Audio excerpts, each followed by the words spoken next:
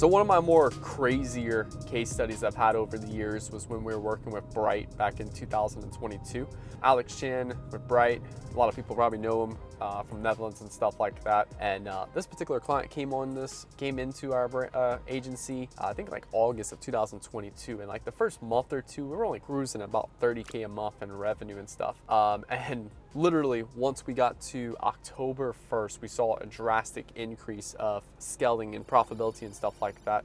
And really not much was changed. We're testing new creatives every single week. You know, we had to dial in ad account structure and stuff, but what we essentially had here was a shift in desire in the marketplace. So the desire we were going after was gifting for moms, gifting for their kids in terms of, you know, like the holidays coming up. Again, keep in mind, October, beginning of Q4, this is where some of the shopping and stuff like that happens for brands. And from here, we were able to start focusing on that gifting angle, which is a desire out in the marketplace that moms had for their kids. And we introduced a new mechanism, a new type of gift that people could give.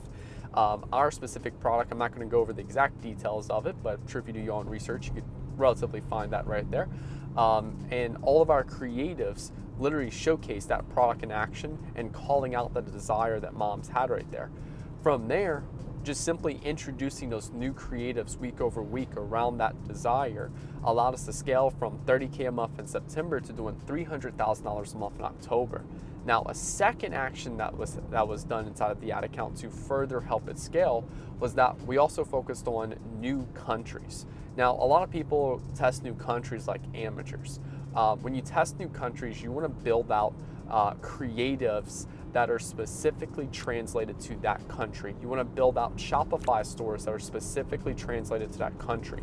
You want to make it look like that particular store and those creatives were made specifically only for that country. And that's where a lot of people get country testing and all of those things wrong, because they try to go ahead and just run English ads in every country. But what happens is you limit your reach, only running ads in those countries in English, because you're not allowed to, or you're not going to basically appeal to the large demographic of people for that country that speak that language right there. Now, again, from here, I just want y'all to really understand here that the main thing that allowed us to scale this account was actually by focusing on that desire right there.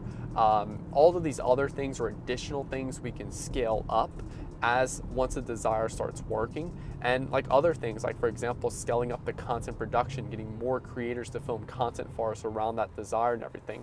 All of that starts to come together once you find a winning desire first. So there's different stages to the ad account between finding winning desires, and then also to going out there and being able to just start scaling up that production from there. But yeah, so basically August 30K a month, or in September 30K a month, October 300K a month in revenue. November we did $3.5 million. I think we peaked at either 125, 150K a day in revenue for a couple of days during November of 2022. Then December we did like $2.5 million in revenue, and then January all the way back down to 30K a month in revenue.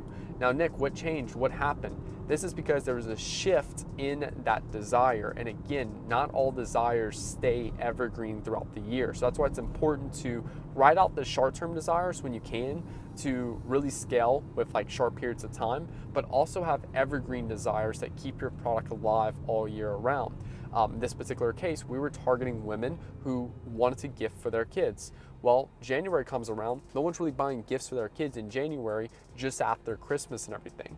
So it just simply didn't make sense for that desire to maintain its strength and everything, and it started to deplete, and we had to scale back from there. So yeah, scaling Bright Sport, Alex Chin and stuff, definitely more crazier case study and stuff. It was a lot of fun working with them and everything. But yeah, big lesson here is that with the right desire, you can scale up to multi six-figure days. If you have the wrong desire, you're barely gonna crack $100 a day. And then as you go ahead and find that desire and start scaling, this is where you want to scale into more countries, more locations.